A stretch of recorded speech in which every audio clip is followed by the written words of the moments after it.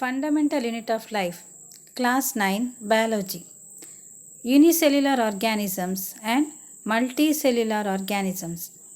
In our previous class, we studied about the cell theory.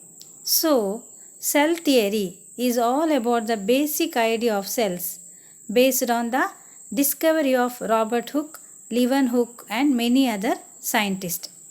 Now, a very important topic based on the number of cells. The living organisms are divided into two types: unicellular organisms and multicellular organisms. Very important, students. What you mean by the word uni? Uni in the sense single. There are certain living organisms which are made up of only one cell. Every life process occurs in a single cell. Single cell look after the entire body of a living system. Such organisms are called unicellular organisms. So, how will you write the definition? The organisms which have only one cell. Example, amoeba, euglena, paramecium. All these are microorganisms. You can't see them with your naked eye. They are very small. So, they are only watched with a microscope. Multicellular organisms. What do you mean by multi? Multi in the sense many. These organisms are made up of many cells, group of cells, like human beings. Example, my hand itself has many cells. Within me, there are crores and crores of cells. So, what are the examples you will write? Plants, animals, human beings. There are so many examples you can write here. So, now let us try to remember different types of cells. I told you multicellular organisms in the sense we have so many cells. These cells are actually different in their size and shape, and their function is also different. The work they do is different. See, the cells which are there on my skin have one particular size and shape.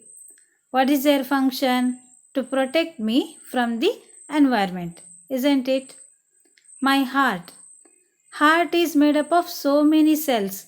Their size and shape is different. What is the function of the heart cell? To pump the blood. In multicellular organisms, different cells have different shape, size and function. All cells are not the same. Say for example, in human, our blood cells look spherical. If you see the muscle cells, they are elongated, fiber shape. Similarly, nerve cells. We have so many nerve cells. So, there are many wires that come from the brain, and through these wires only information is passed from one place to another place. See, for example, you ate food. The stomach cell must start the digestion. Who will tell our stomach cells to start digestion? Brain has to tell. So, how will the information pass from the brain to the stomach cells? It is through these wires, which are known as nerves. Do you know how nerve cells look?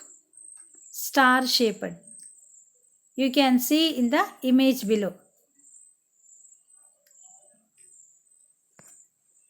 And we have so much fat in our body. Fat is stored in a particular cell called adipocytes or adipose cells. What do fat cells look like? oval shaped. So, in multicellular organisms, different cells have different shape, size, and function.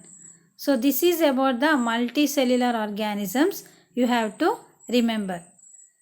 Study well, revise the concept. Thank you very much.